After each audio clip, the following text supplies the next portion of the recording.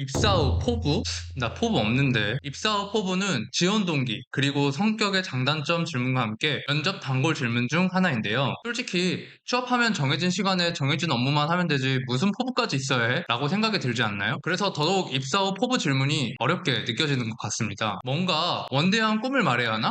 아니면 세세히 1년차, 3년차, 5년차로 나눠 세부 계획을 말하는 게 좋을까? 어떤 식으로 답변을 만들어야 할지 참 난감합니다. 혹시 여러분 입사 후 포부 질문 이렇게 준비하고 있지는 않으신가요? 선배 동료들과 원활한 관계를 맺고 맡은 바 최선을 다해 회사에 기여하겠습니다. 통계 분석을 심도 있게 하기 위해 사회조사 분석사 1급 자격증을 취득하겠습니다. 후배들을 위해 체계적인 프로세스를 구축하고 업무 매뉴얼을 만들겠습니다. 딱히 나쁘지는 않은데 뭔가 당연한 말, 뻔한 내용 같지는 않나요? 제가 지금까지 컨설팅을 통해 만난 취준생분들의 80% 이상이 이 세 가지 범주 안에서 답변을 하더라고요. 제가 추천드리는 입사 후 포부는 바로 직무와 기업의 내용을 연결하는 것입니다. 원료 수입 직무로 예시 한번 들어볼게요. 저의 입사 후 포부는 헌터식품 제품 가격 정책에 기여하는 것입니다. 러시아 우크라이나 전쟁, 이상 기후 등 계속되는 글로벌 물가 상승 압력에도 헌터식품은 주요 제품 가격을 10년째 동결하고 있습니다. 이는 헌터식품이 많은 국민들로부터 사랑받는 이유 중 하나라고 생각합니다. 원료 수입 직무 담당자로서 원료의 원산지 다변화, 공급사 다변화를 통해 안정적인 원료 공급망을 구축하여 헌터식품의 가격 정책 기조를 지켜나가는데 일조하겠습니다. 어떤가요? 단순히 열심히 하겠습니다. 공부를 통해 역량을 키우겠습니다. 라는 식의 답변보다 훨씬 낫지 않으신가요? 입사 후 포부의 논리를 직무와 기업으로 연결함으로써 직무 이해도, 기업 이해도가 높다는 것을 자연스럽게 어필할 수 있는데요.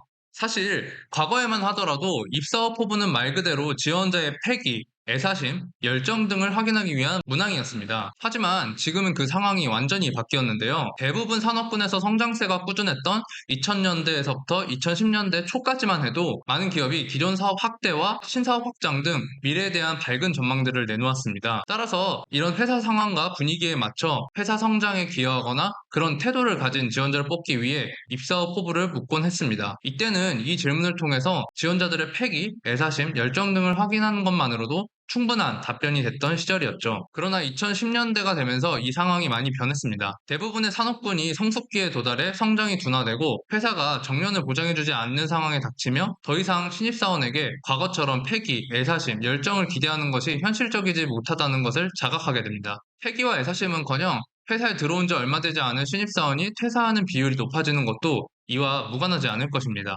따라서 기업 입장에서는 단순히 열정과 패기 넘치는 지원자보다는 진짜 우리 회사에 관심이 있고 이 직무에 대해 관심이 많은 지원자를 골라내고 싶은 니즈가 더 높아지게 되겠죠. 이것이 입사 후 포부에 대한 답변을 풀어나갈 때 직무와 기업을 연결하면 높은 점수를 받을 수 있는 이유입니다. 그런데 직무와 기업이 어떤 걸 알아야 할까요? 예를 들어 직무의 경우에는 하는 일, 회사에서의 역할, 그 중요도 등을 알아야 하고요. 기업의 경우에는 해당 기업의 특정 정책, 현재 상황, 미래 전망, 이에 대한 나의 의견 등을 말할 수 있어야 합니다. 이것들이 정의가 되어야 입사 후 나의 일을 정의하여 포부로 설명할 수 있겠죠? 자, 그럼 아까 말씀드렸던 예시를 하나씩 분석하면서 자세히 살펴보도록 하겠습니다.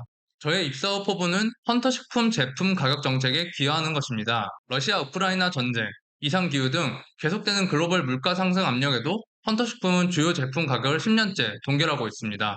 이는 헌터식품이 많은 국민들로부터 사랑받는 이유 중 하나라고 생각합니다. 원료 수입 직무 담당자로서 원료의 원산지 다변화, 공급사 다변화를 통해 안정적인 원료 공급망을 구축하여 헌터식품의 가격 정책 기조를 지켜나가는데 일조하겠습니다.